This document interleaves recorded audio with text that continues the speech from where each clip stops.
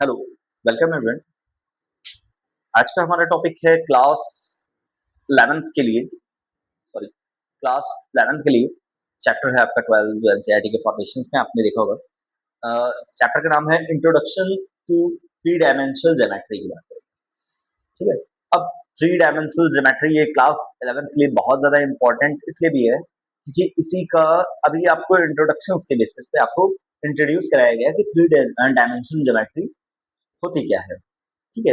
Then after आपको class 12th में आपको इसी को ही इंट्रोडक्शन रिमूव कर दिया जाएगा और आपको टॉपिक बन जाएगा थ्री डायमेंशनल ज्योमेट्री। ठीक है। तो क्लास 11th के स्टूडेंट्स के लिए बहुत ज्यादा इंपॉर्टेंट है ताकि उनके क्लास 12th के लिए भी इस चैप्टर को समझना बहुत काफी इजी हो जाए। ठीक है। बाकी क्लास 12th के बच्चे भी इस वीडियो को देख लें ताकि जो प्रीवियस नॉलेज अगर उनकी रिमूव हो चुकी हो या रिवीजन करने के फॉर्मेशंस में हो तो वो भी आप चैप्टर को जो है कुछ कॉन्सेप्ट के बेसिस पे समझ सकते हैं। बाकी अगर अदर स्टूडेंट्स की बात करें जो आईआईटी या जेई की बेसिस पे प्रिपरेशंस कर रहे हैं, ठीक है, आईआईटी या जेई की बात करें तो वो भी इन इस टॉपिक को क्लियर करके बेसिक कॉन्सेप्ट को आप समझ सकते हैं। ठीक है। तो ये कॉन्सेप्ट के बेसिस पे वीडियो है जिन पे हम कई सारे टॉपिक्स को एक्सप्लेन करते हैं। ठीक है। जैसे कि आपका थ्री डायमेंशनल ज्योमेट्री की अगर बात करें तो इसकी टेबल क्रिएट की जाती है जिसमें आपके एक्सिस के फॉर्मेशंस में कोऑर्डिनेट प्रोवाइड किए जाते हैं कि थ्री डायमेंशनल ज्योमेट्री में एक्स और वाई और जेड के एक्सिस के कोऑर्डिनेट किस प्रकार से और कौन से क्वाड्रेटिंग के हिसाब से आपने जैसे 2D फॉर्मेशंस में दिखा होगा, फर्स्ट क्वाड्रेंट सेकंड क्वाड्रेंट, उसी तरह क्वाड्रेंट के हिसाब से इसमें कौन सा पॉजिटिव एंड कौन सा नेगेटिव रिजल्ट शो करेगा। तो उसके हिसाब से ये टेबल है जिसको आप समझ सकते हैं कि कैसे कैसे कोऑर्डिनेट बनते हैं और कहाँ पे कौन सा प्लस और कौन सा माइनस रिजल्ट प्रोवाइड किया जाता है। ठीक है। एंड पॉइंट इन स्पेस की बात की जाती है क्योंकि स्पेस इसलिए लिया जाता है कि 3D फॉर्मेशंस है ना, दैट्स व्हाई इसको फॉर्मेशंस में रिप्रेजेंट कर दिया जाता है। ठीक।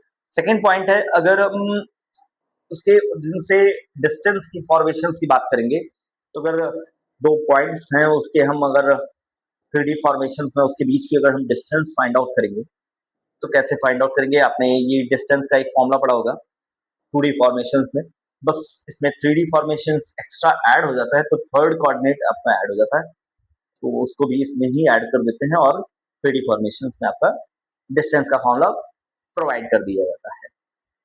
ठीक है।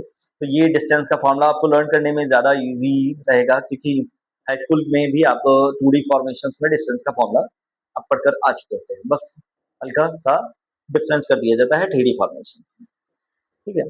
देन आफ्टर आपका सेक्शंस फॉर्मूला होता है जैसा कि आपने पहले भी पढ़ा होगा सेक्शंस फॉर्मेशंस में कि अगर आप किसी भी लाइन को बाइसेक्ट करते हैं या किसी क्वाड्रेटिक पॉइंट्स के बेसिस पे कट करते हैं तो उस पॉइंट के कोऑर्डिनेट क्या होंगे।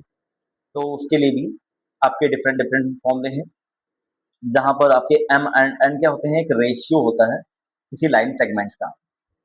ठीक है। तो इस बेसिस पे आप सेक्शन फॉर्मूला यूज कर सकते हैं और एक्स वाई जेड के कोऑर्डिनेट आप फाइंड आउट कर सकते हैं।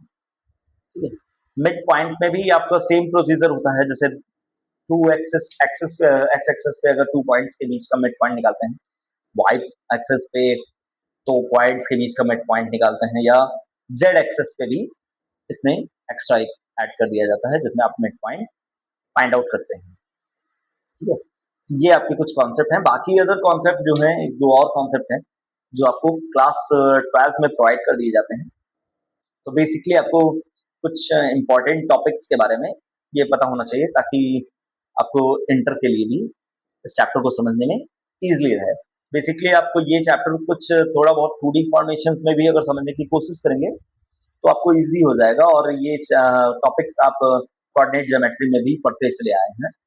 तो कोऑर्डिनेटिक ज्योमेट्री है तो इसलिए कोऑर्डिनेट के हिसाब से आपको इजी लगेगा। क्लास अगर 10th के कॉन्सेप्ट अगर जिस बच्चे को ज्यादा इजी समझ में आ गए होंगे तो उनके लिए ये चैप्टर बहुत इजी हो सकता है। ठीक है। Thank you for watching.